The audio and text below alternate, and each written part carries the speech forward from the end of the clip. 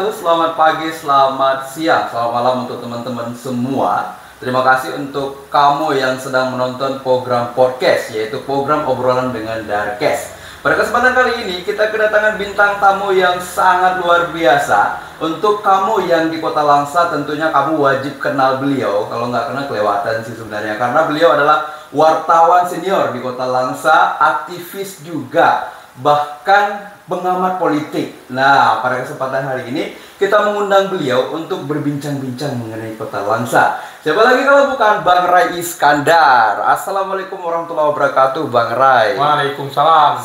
Selamat sore ini. Selamat sore untuk kami di sini. Sore mungkin kalian menyaksikan ini bisa malam, bisa siang ya. Apa kabarnya di Bang Ray? Alhamdulillah. Kabar baik. Sehat. Baik, Saya sehat, sebenarnya ya. dari kemarin pengen ngundang, tapi karena sibuk banget. Jadi duluan Ibu Martini yang dari anggota DPRA ketimbang Bang Ray yang hari di sini. Saking sibuknya Bang Ray. Siap. Sampai kemarin saya mendatangi stadion beliau di lapangan bola. Saya datangin langsung. Saya bilang ini harus bisa nih sama Bang Ray. Siap. Karena kita penasaran banget, ingin nanya-nanya seputaran Kota Langsa, Bang Iskandar, dan kita tahu Bang Ray pengamat politik terutama di Kota Langsa.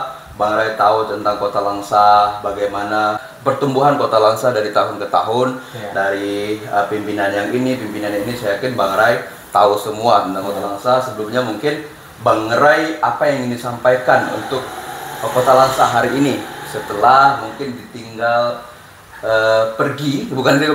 ditinggal jabat oleh Wali Kota Umara yang sekarang dijabat oleh PJ. Menurut pandangan Bang Ray ini bagaimana Bang Ray? Oke guys, pasca Pak Usman Abdullah dan Pak Marzuki Hamid meninggalkan kursi wali kota dan wakil wali kota, bahwa saya yakin bahwa Kota Langsa semakin maju dan semakin berkembang. Artinya bahwa PJ wali kota yang baru, yaitu Sekda Kota Langsa, yang sudah tahu seluk beluk program kerja, program yang dituangkan oleh Pak Wali, Pak Usman Abdullah untuk kemajuan Kota Langsa. Pak PJ barangkali akan melanjutkan program, apalagi dalam sambutan terakhir beliau di saat pelepasan purna tugas Pak Usman Abdullah. Pak PJ Said Madung mengatakan bahwa akan melanjutkan program-program Umara sebelumnya tertunda ya. Dan tanggapan Bang Ray setelah diumumkan bahwa PJ Kota Langsa itu digantikan oleh Sekda Kota Langsa yaitu Pak Said, itu bagaimana tanggapannya Bang Ray? Iya, kita karena ini orang boleh bilang bahwa orang Pak Wali lah, orang Pak Wali yang memimpin Kota Langsa walaupun PJ. Artinya ini ada mapping. Ada mapping di antara dua beliau yang akan melanjutkan program kerja. Jadi Pak Said ini tahu betul dia keinginan Pak Wali dulunya. Pada saat itu Pak Said baik sebagai Kadis PUPR maupun Sekda Kota Langsa. Artinya bahwa saya yakin bahwa di pundak beliau bisa melanjutkan semua program yang sudah direncanakan oleh Pak Wali Kota, yaitu Pak Usman Abdullah. Berarti menurut Bang Ray cocok Sekda hari ini menggantikan kursi wali kota yang sedang kosong, karena ada beberapa tanggapan masyarakat yang kenapa nggak yang orang dari Banda Aceh aja, dia lebih dekat dengan pusat, atau bagaimana kalau nanti terjadi sesuatu orang mengira ini pasti ada campur tangan Pak Wali yang sudah tidak menjabat. Itu tanggapan Bang Ray bagaimana Bang? Iya, sebenarnya orang daerah yang lebih mengerti daerahnya, bukan kita apatis dengan orang-orang yang didatangkan dari pusat. Tapi yang pasti bahwa orang daerah lah yang mengerti, yang pasti tahu tentang daerahnya. Bukan berarti bahwa kita menolak dengan datangnya orang-orang baru.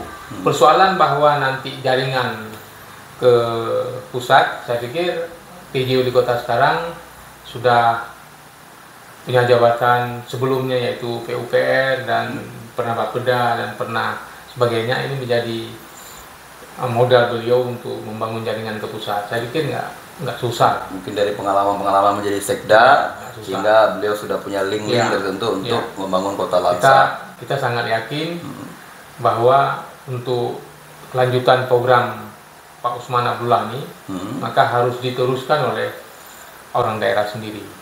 Yaitu tepat sekali ditunjukkan Pak Said Madu selaku PJ ya Bang Raya. Nah, mungkin kita sedikit throwback ke belakang karena kita tahu bersama bahwa perjalanan kepemimpinan Umara atau Usman Abdullah dan Marzuki Hamid ini sangat panjang sekali, 10 tahun menjabat sebagai wali kota, wakil wali kota. Mungkin banyak yang bersyukur karena Langsa hari ini jauh maju sekali daripada sebelumnya, namun ada beberapa juga yang ini masih belum selesai, Ini tanggapan Bang Rai Iskandar ini bagaimana, yang mungkin banyak mengatakan kalau Bang Rai ini menjadi saksi bagaimana pertumbuhan Kota Langsa dari tahun ke tahun ini, Bang Rai. Iya, saya memang semenjak Pak Usman Abdullah dan Bang Marzuki memimpin Kota Langsa, ikut mendampingi sekaligus publikasi semua kegiatan beliau.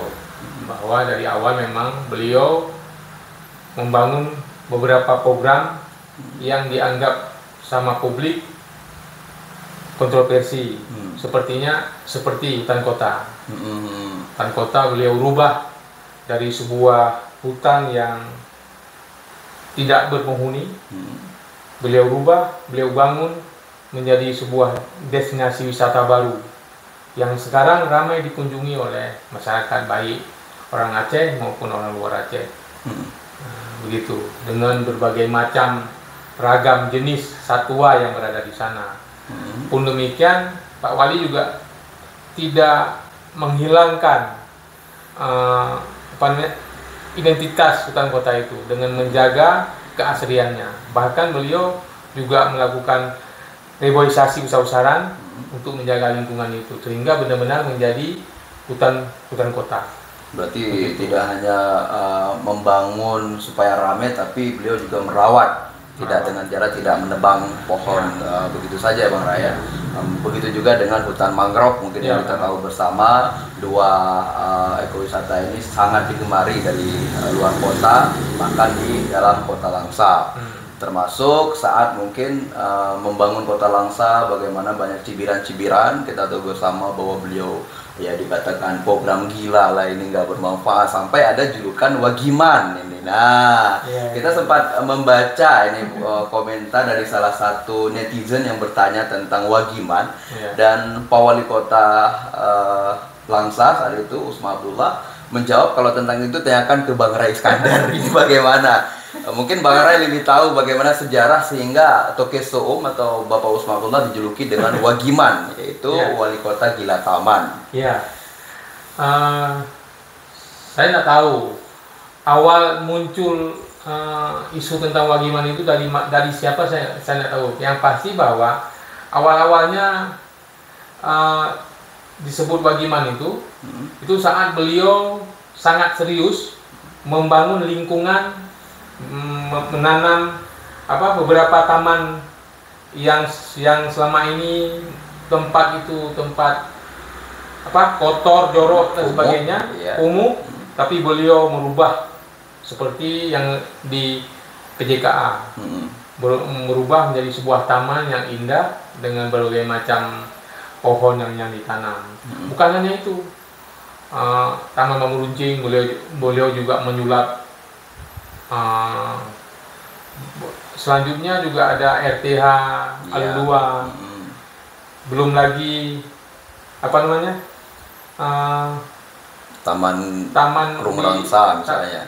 Bukan yang di pinggir jalan Oh iya, trotoar dan sebagainya.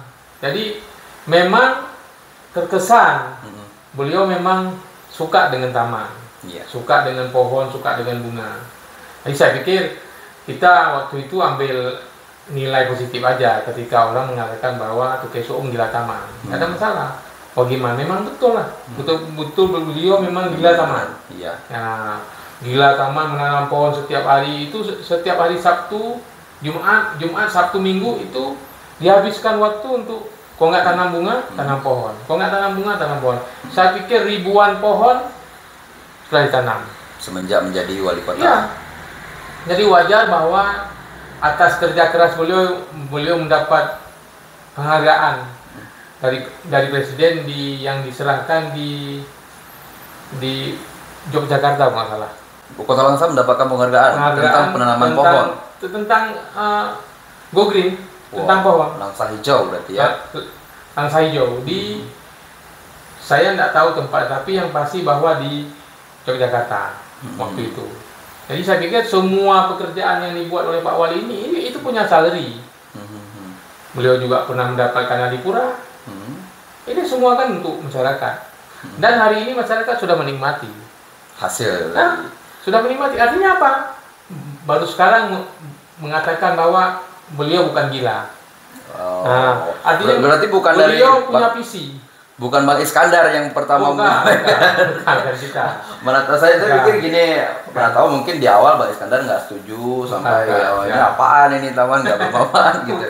Akhirnya mendukung. Berarti nama Wagiman itu bukan Bang Iskandar yang memberikan, namun mungkin sedikit banyaknya Bang Iskandar tahu bagaimana perjuangan Tuke Soum dan Bapak Wakil Wali Kota Marzuki Hamid membangun Kota Langsa sehingga hari ini bisa dinikmati oleh masyarakat Kota Langsa. Mungkin ada cerita-cerita lain nggak selama mengikut Tuke Soum? Atau sebelumnya saya ingin tahu dulu ini ranahnya Bang Rai bersama Wali Kota ini sebagai apa? Ini maksudnya apakah mungkin orang pemerintah atau Bang Rai hanya sekedar mengagumi beliau atau memang ada hubungan tertentu sehingga kami sering mendengarkan sedikit-sedikit itu Bang Rai, sedikit-sedikit itu Bang Rai, seakan-akan begitu.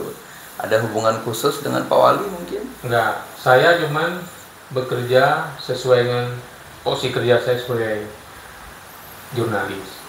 Jadi saya sering bantu beliau untuk mengeksplor semua kegiatan beliau di media massa. Karena kedekatan, kemana saja beliau pergi, saya diajak untuk meliput berita.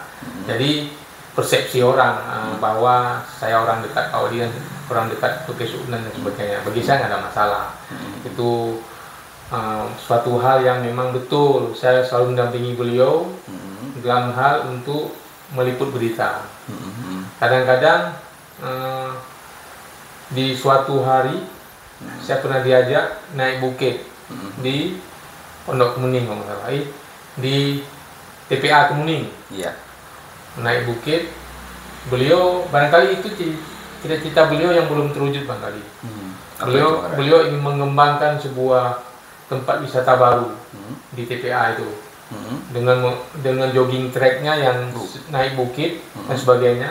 Nanti akan ditanami pohon-pohon yang berbuah sehingga nanti bisa dimanfaatkan oleh banyak orang berlibur sambil menikmati buah dan sebagainya. Itu barangkali yang keinginan beliau yang belum terwujud barangkali. Itu pernah kita jalan naik bukit untuk mencari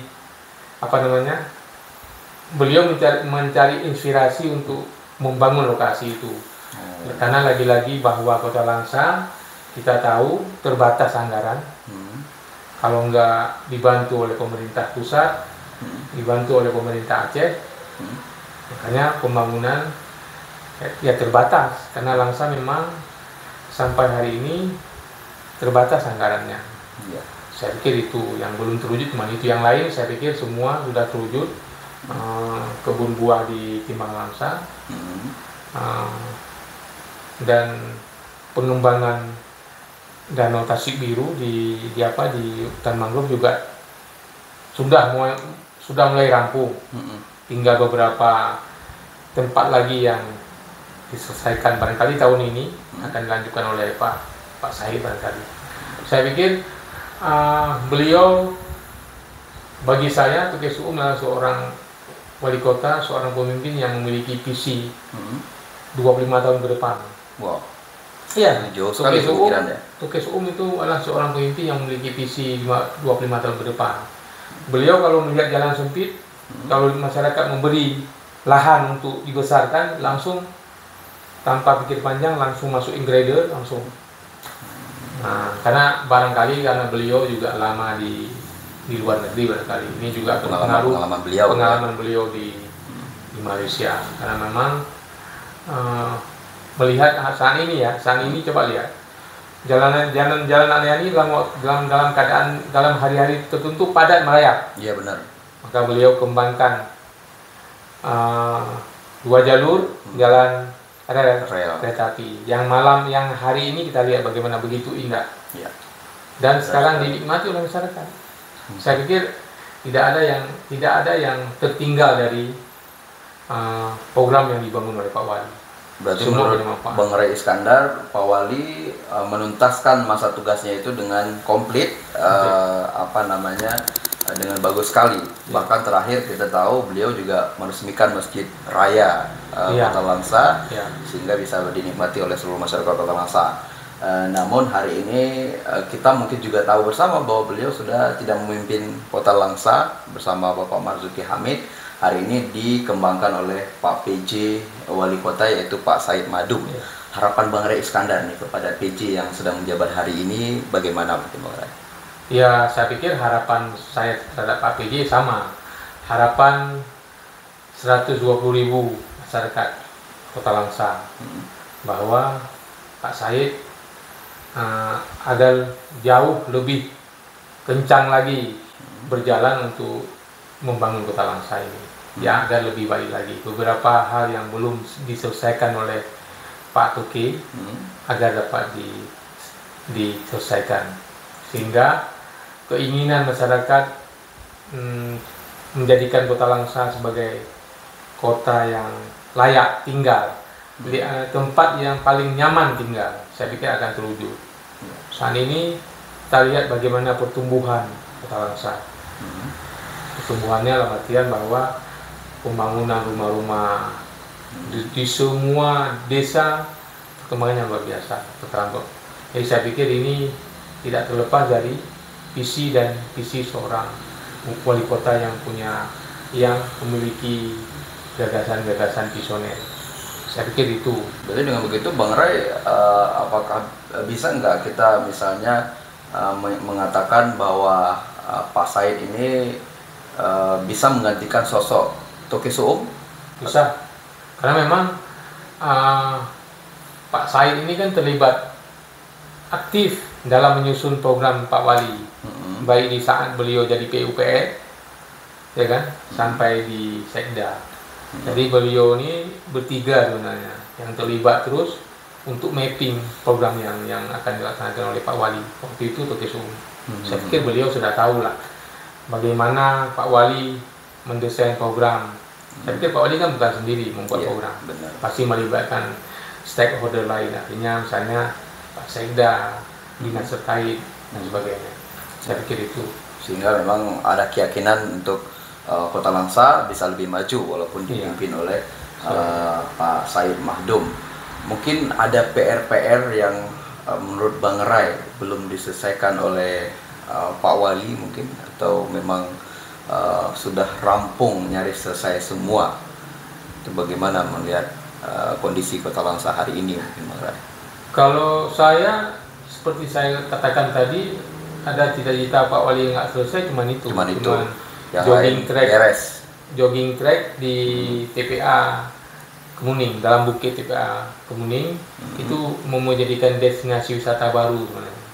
Itu barangkali yang belum diselesaikan Pak Wali. Saya nggak tahu itu apa karena nggak punya anggaran atau apa. Ya itu aja yang nggak diselesaikan. Yang lain saya pikir mangrove selesai semua sampai mangrove di penghujung. Juga hadir Pak Menteri Sandiaga Uno untuk meresmikan tower mangrove. Ini luar biasa, barangkali itu menjadi ikon bagi masyarakat Kota Langsa. Walaupun hari ini banyak di media massa bahwa mangrove ditutup. Iya, itu juga yang ingin kita tanyakan, Bang. Karena apa? Karena barangkali salah paham dengan Kementerian Kehutanan. Saya tidak tahu persis bagaimana keadaannya. Yang pasti bahwa selaku masyarakat Kota Langsa kita sangat sedih lah melihat hutan mangrove Ya. ditutup. Mungkin tanggapan Bang Ray juga, kita juga ingin tanyakan itu tadi mengenai hutan mangrove yang ditutup, karena ada beberapa versi dari masyarakat menganggap ada beberapa yang mengatakan baru 2 hari ditinggal Togeh Suum hutan mangrove ditutup. Ada juga yang menerka-nerka bahwa apakah memang hutan mangrove ini punya pribadi Togeh Suum sehingga saat beliau berhenti menjabat hutan mangrove pun ditutup. Ini mungkin ada jawaban mungkin dari Bang Ray Iskandar selaku wartawan yang saya pikir update mengenai ini. Iya, hutan mangrove itu kan bagian daripada hutan yang dikelola oleh KPH 3 itu Kementerian Kehutanan. Ya. Yang hari ini ditutup karena kontraknya habis. Informasi seperti itu. Tapi persisnya kita nggak tahu nih sekarang. Tapi bagi saya ini sangat kita sesalkan ini. Kementerian Kehutanan kenapa harus menutup tempat wisata ini yang sudah oleh pemerintah daerah sudah membangun, yang sudah menghabiskan anggaran miliaran rupiah. Ya, ini kan menjadi presiden buruk bagi kita. Kalau memang Kementerian Kehutanan tidak mengizinkan ini untuk dikelola menjadi sebuah destinasi wisata, ya dari awal. Terlebih juga sudah mendapatkan penghargaan ya. Ya, dari awal Kementerian Kehutanan yang kasih Pak Wali untuk mengembangkan lokasi itu. Bahkan apalagi kan kita tahu mangrove park ini sudah mendapat penghargaan dari Kementerian Pariwisata. Ya. Padahal sebenarnya pengolahan mangrove yang dibangun Pak Wali ini tidak merusak lingkungan. Iya, justru menjaga lingkungan. Justru merawat lingkungan dan menjadi tempat edukasi tentang mangrove bagi anak-anak. Ya kan? Iya, benar. Semua datang ingin tahu ini mangrove jenisnya ini sebagainya. Ya kan? Kan nggak ada akibat dibangun itu rusak. Kecuali dibangun rusak lingkungan. Ya. Itu boleh gitu. Apalagi sudah didatangi langsung oleh beberapa menteri ya, termasuk Menteri Pariwisata. Apalagi Menteri Pariwisata Sandiaga Uno sudah meresmikan dan memuji langkah Pak Wali ini. Ya kan? Iya benar. Jadi saya pikir ini yang bisa menjawab sebenarnya adalah Kementerian Kehutanan. Kenapa mengambil langkah seperti ini? Nah, masih bisa diperbincangkan. Iya. Kalau memang kontrak habis, ya diperpanjang lah. Iya benar. Ya kan? Apa masalahnya? Benar. Kecuali boleh Kementerian Kehutanan menutup itu rusak lingkungan di sekitar itu rusak. Kan banyak lagi. Sementara yang lain yang harus diurus oleh Kementerian Kehutanan dalam rangka menjaga lingkungan. Kan bukan itu. Banyak lagi yang di atas sana. Ya kan? Kalau kita bahas misalnya habis kontrak, ada beberapa masyarakat yang mengatakan begitu ditinggal Pak Wali atau Togeh Suum, mangrove ditutup. Apakah memang sebuah kebetulan habis kontraknya seiring dengan habis jabatan masa Pak Wali Kota, atau ada pergantian pemimpin, akhirnya ada kontrak baru yang harus diurus, atau bagaimana ini menurut Bang Ray? Kalau pendapat saya memang habis kontrak, pas kebetulan ya. Berarti bukan karena pengurusan izin baru karena wali kota baru, bukan. Ini pas kebetulan Pak Wali habis, Togeh Suum habis, maka kontraknya habis.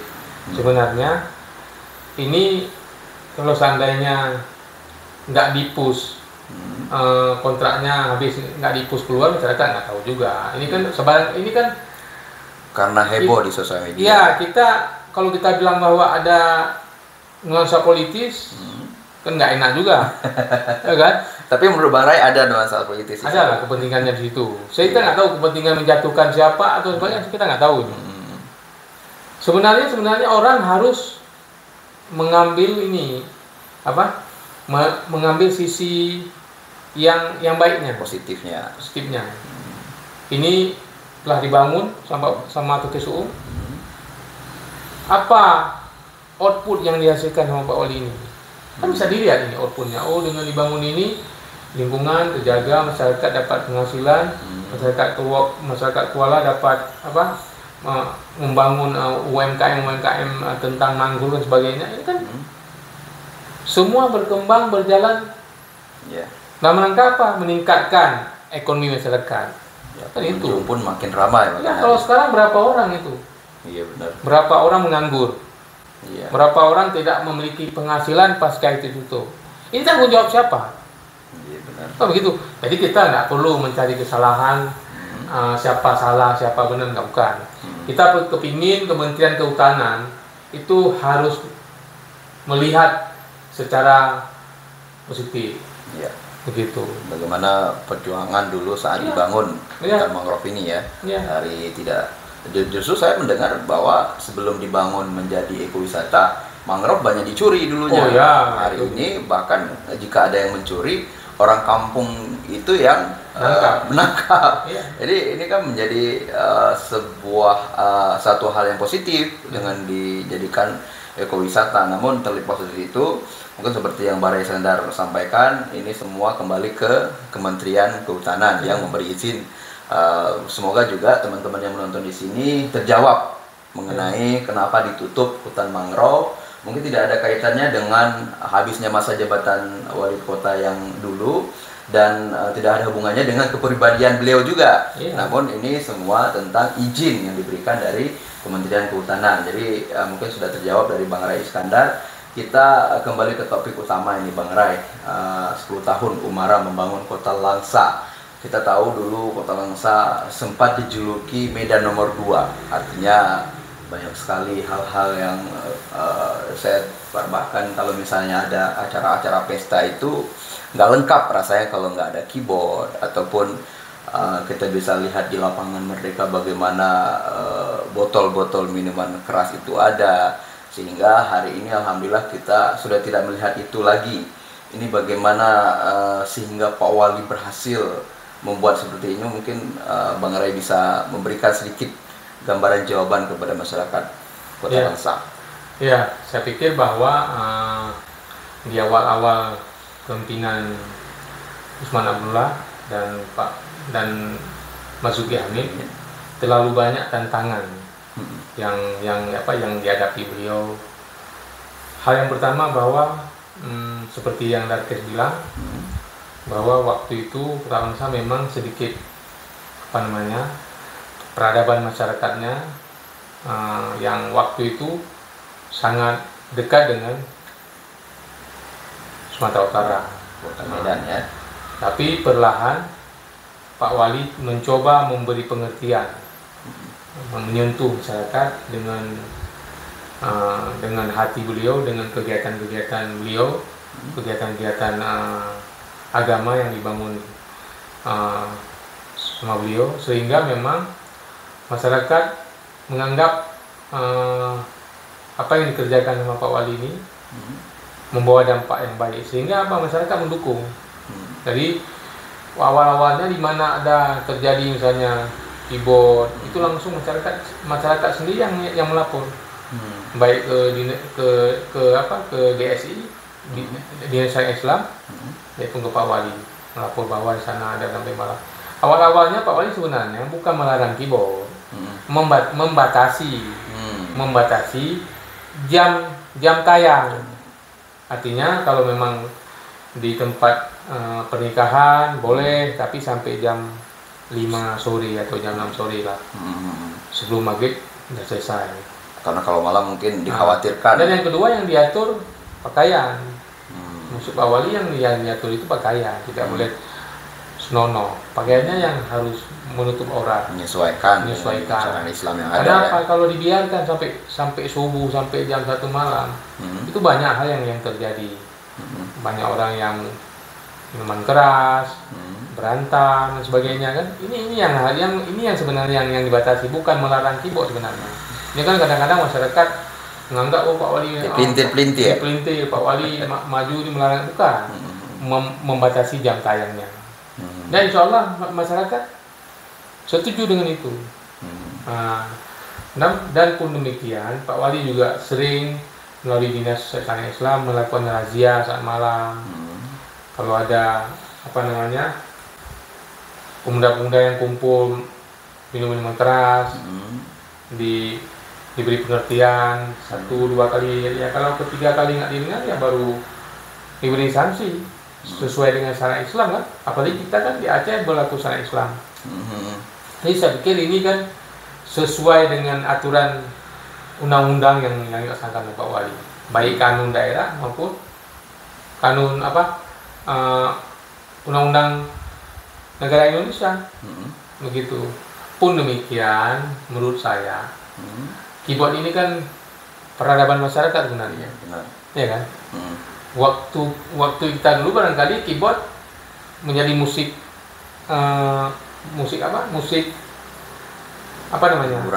hiburan rakyat. Iya benar. Ya kan? Kalau nggak ada keyboard nggak sah kan begitu. Nggak rame. Tapi seiring berjalan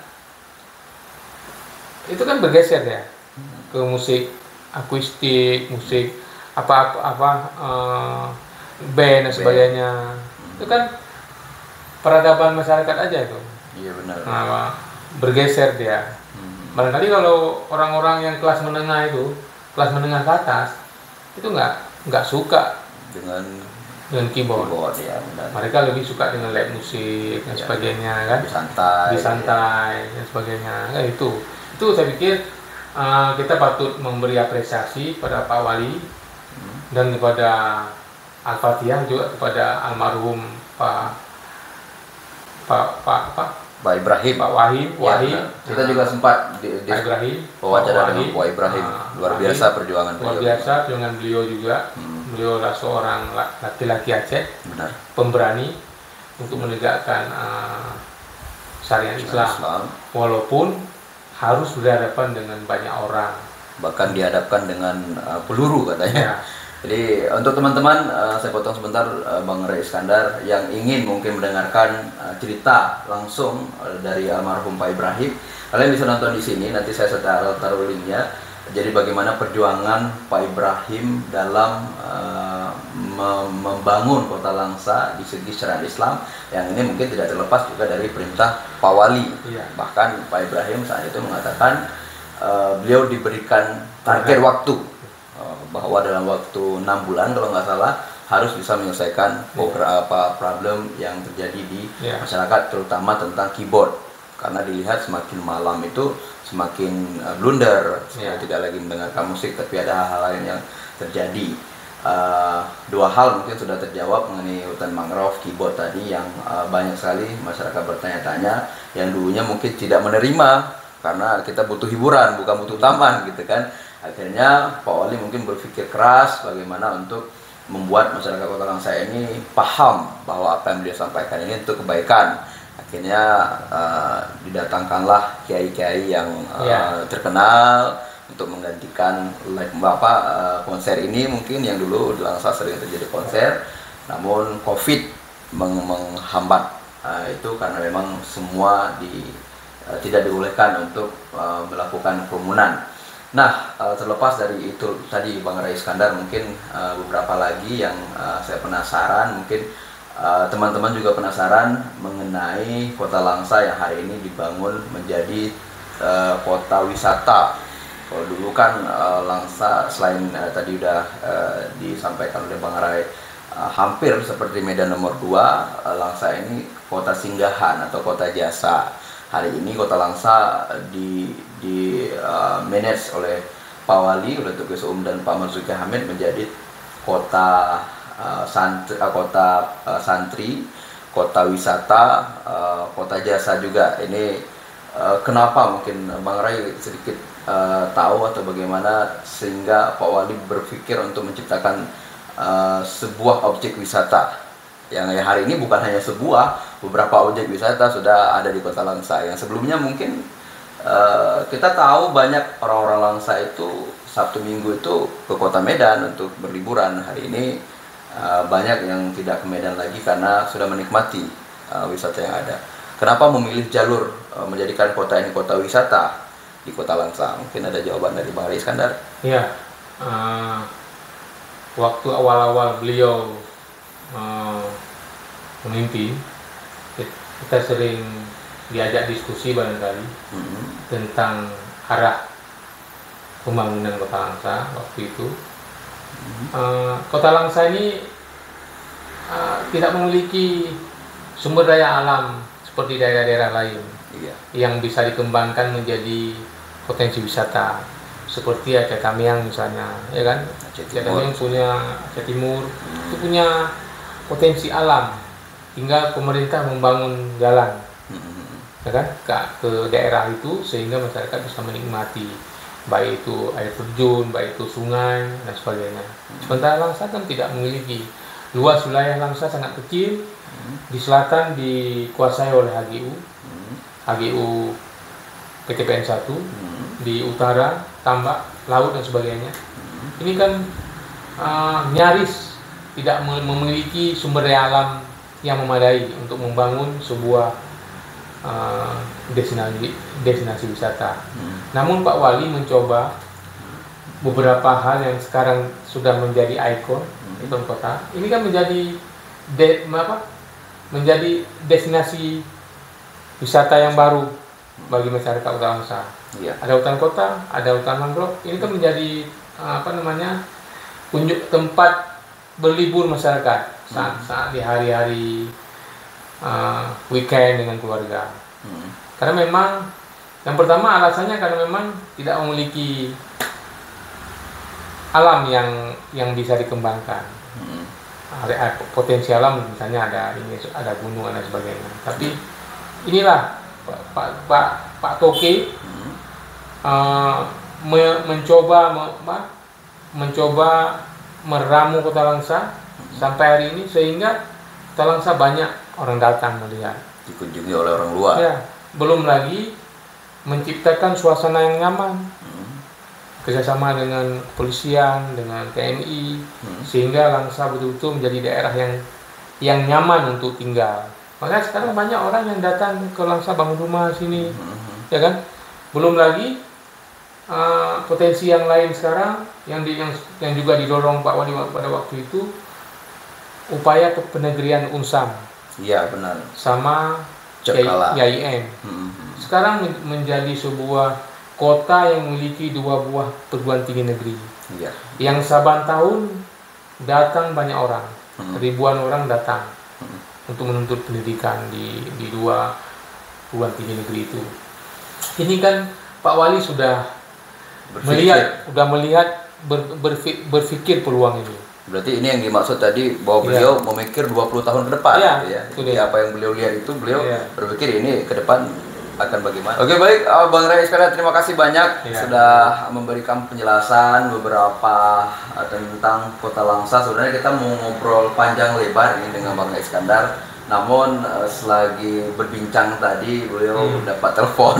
Jadi beginilah kita agak sulit memang guys kalau berbicara dengan orang yang banyak profesi, bukan banyak profesi sih, banyak kesibukannya. Yang sebentar lagi mungkin beliau akan ke stadion, ada acara pertandingan bola ya, Bang Ray Iskandar ya. Namun demikian, terima kasih banyak Bang Ray Iskandar sudah menyempatkan waktu hadir ke tempat kami yang sederhana ini. Belum terlalu bagaimana-gimana karena kita masih membangun juga, seperti halnya Toke membangun Kota Langsa dulu. Kita berharap semoga teman-teman yang menonton bisa bermanfaat akan informasi mengenai Kota Langsa. Ada beberapa poin yang tadi kita dapat mendengarkan sendiri, terutama tentang ditutupnya hutan mangrove. Jadi jawabannya mungkin teman-teman sudah mendengarkan langsung, juga bagaimana upaya wali kota dan wakil wali kota yang periode 2012 hingga 2022 ini membangun Kota Langsa ini sedikit banyak sudah diceritakan oleh Bang Ray Iskandar. Dan saya kira selesai sudah 40 menit juga kita berbincang-bincang, tidak terasa. Jadi sekali lagi kita ucapkan terima kasih banyak kepada Bang Ray Iskandar yang sudah mau hadir ke program podcast. Jadi program obrolan dengan Darkes. Dan jangan lupa. Jangan lupa. Dia pasti menonton ini. Jangan lupa tonton Sangkret Iya. like, komen. Ya, Natari TV. Natari Iya, benar. TV. Saya agak segan tadi sebenarnya. Saya pernah bersama wakil Bupati PD Pak Ray Iskandar. Saya meminta izin beliau untuk mensubscribe, tapi Bang Ray tadi saya meminta ini, beliau mau nggak, rupanya beliau langsung meminta sendiri. Jadi terima kasih banyak Bang Ray sekali lagi. Jadi mohon maaf juga untuk teman-teman yang mungkin masih kurang puas menyaksikan ini karena masih banyak sekali keterbatasan ya. Terima kasih banyak untuk yang sudah menyaksikan. Jadi akhir kata kami mengucapkan Assalamualaikum warahmatullahi wabarakatuh. Waalaikumsalam.